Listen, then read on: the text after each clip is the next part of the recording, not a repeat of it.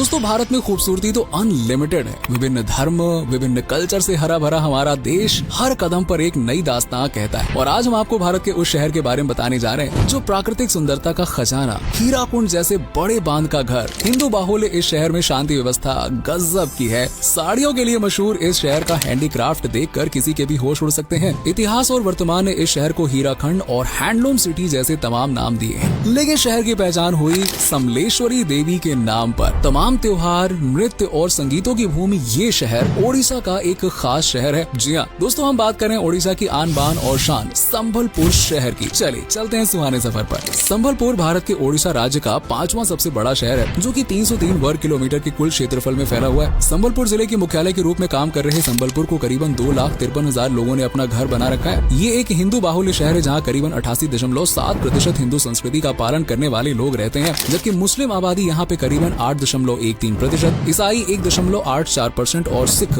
0.86% है। Population density की बात करें तो यहाँ प्रति वर्ग किलोमीटर पर 157 लोग रहते हैं। प्रति 1000 पुरुषों पर 976 महिलाओं की ये नगरी मंदिरों की घंटी, मस्जिद की अजान, सकरी गलियों में पर्यटकों की सैर और बरामदे में बैठी महिलाओं की हंसी ठिठोलियों से हर पल यहाँ पे बेहतरीन गुजरता रहता है। एक महानगरीय क्षेत्र होने के साथ साथ संबलपुर एक जिला भी है जो कुल 20 तहसीलों में बटा हुआ है, जबकि इसकी सीमाएं कई दूसरे जिलों से मिलती हैं, जिनमें उत्तर में सुंदरगढ़, दक्षिण में सुवर्णापुर और अंगूल, पूर्व में देवगढ़ और पश्चिम में बारगढ़ और झारसुगुड़ा जिला मौजूद है। दोस्तों संबलपुर की मौजूदा संस्कृति आदिवासी लोगों के रहन सहन और रीति रिवाजों से मोस्टली इंस्पायर है। प्रेजेंट टाइम में यहाँ आदिवासियों की लगभग 35.8% आबादी पूरे संबलपुर में फैली हुई है। शहर का एजुकेशन सिस्टम हर दिन बहुत ही सुधर रहा है। संबलपुर का लिटरेसी रेट आज 85.53% का है, जिसमें पुरुष 90.51 जबकि महिलाएं 80.27% शिक्षित हैं। वैसे तो शहर की आधिकारिक भाषा ओडिया है, लेकिन ओडिया के अलावा संबलपुरी लोग हिंदी और संबलपुरी भाषा का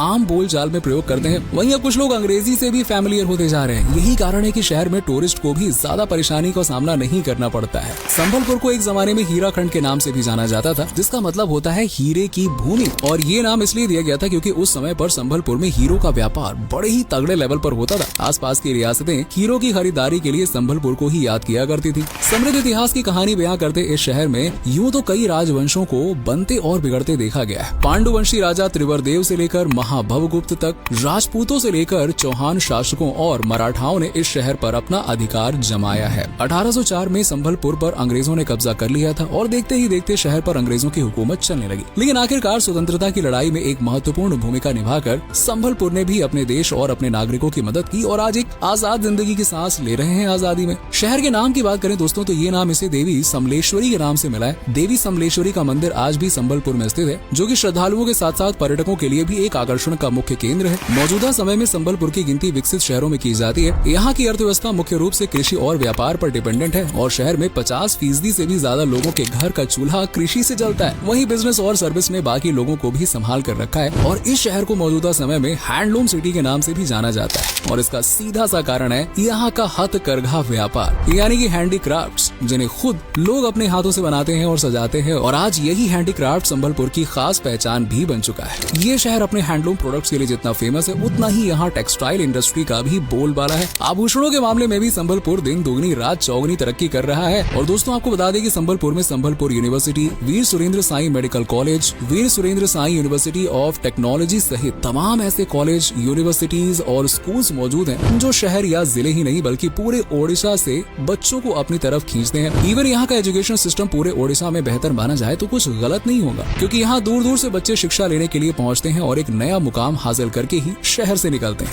संबलपुर शहर घूमने के मामले में आपकी सोच से कई गुना ज्यादा सस्ता हो सकता है। यहाँ खाने से लेकर रहने तक के लिए आपको बहुत कम पैसे खर्च करने पड़ेंगे। जैसे अगर आप एक एवरेज रूम लेते हैं तो 500 से 700 रुपए में आपका काम हो जाएगा। लेकिन अगर कोई अच्छा होटल या अच्छा रूम चाहिए तो कोई बात नहीं, 1000-2000 तक उड़ाने पड़ेंगे और क्या। वहीं खाने के मामले में आप चाहें तो 100 रुपए में भी अपना पेट भर सकते हैं, क्योंकि इतने में यहाँ के अच्छे रेस्टोरेंट अच्छी संबलपुरी थाली पेश कर देंगे जहाँ पे एकदम भर भर के खाना मिलेगा। कुल मिलाकर आप चाहें तो 40 से 50 हजार में भी संबलपुर की सैर कर सकते हैं और चाहें तो लाखों रुपए उड़ा सकते हैं। शॉपिंग करने के लिए बहुत कुछ है यहाँ पे, बस फर्क इतना है सिर्फ लोकेशन और बजट का। तो दोस्तों उम्मीद करते हैं ये खूबसूरत प्राकृतिक सुंदरता का खजाना शहर यानी कि संबलपुर आपको पसंद आया होगा। आप में से अगर कोई संबलपुर या फिर उड़ीसा से है तो हमें कमेंट सेक्शन में कमेंट करके जरूर बताइए।